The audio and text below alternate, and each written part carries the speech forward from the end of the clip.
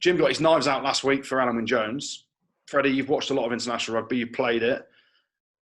How bad are Wales? What's gone on there? Because you talk about players coming long in the tooth. Jim went after Alan Wynne-Jones last week. He wants him out of the team. He wants him off the British Lions playing as well.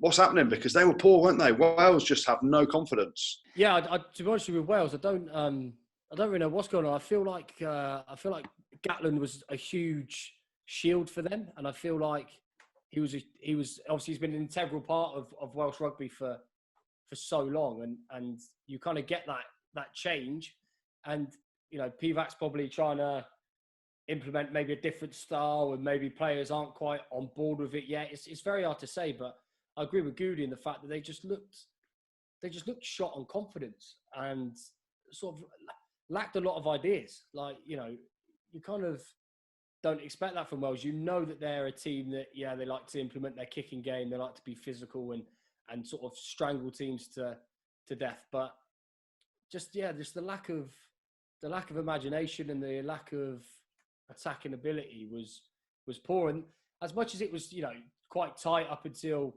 the try at the end to a certain point, like they were never really in it.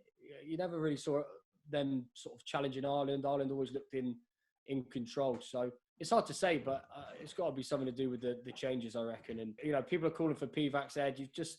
You've got to just give them time to just settle in. It's a big change after you've had someone for so long. So,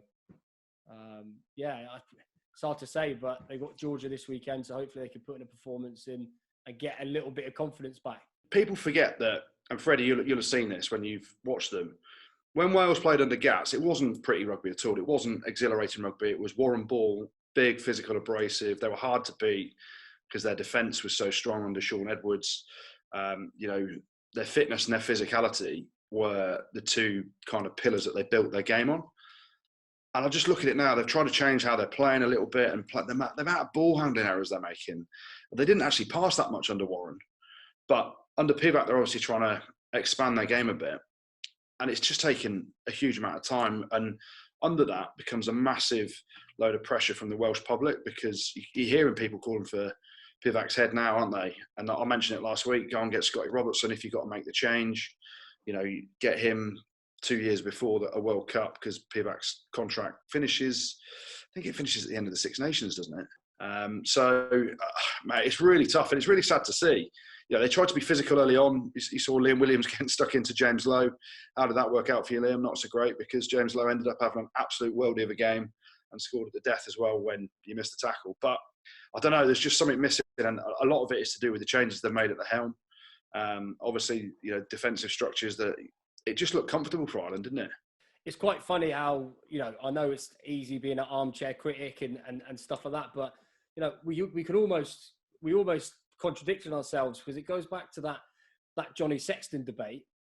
So you suddenly start wanting to change things and blood a new player in, or change the way the team's playing, and you don't initially get the results that people expect. What do you do then? It's the coach's head. It's very hard for a coach to turn around and say, like, is it time for, Dan Biggar's a world-class player, and I'm not saying this is my opinion, but is it time to start someone like Sheedy, who's shown a little bit of attacking X factor in the Premiership? Like, is this Autumn Nations Cup a time for coaches to experiment, try new things, blood new players?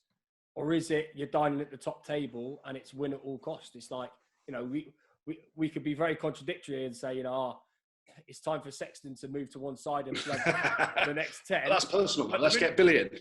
Yeah, exactly. But you do that and Ireland don't get the result. Suddenly we're sat here in 3 weeks' time going, I'll tell you what, Andy Farrell's got to go because Ireland aren't getting the result. So it's like, do you know what I mean? Like, it is very, it's a very tight line to walk across. But, Wales have got to make a decision. The top dogs in Welsh rugby have got to make a decision.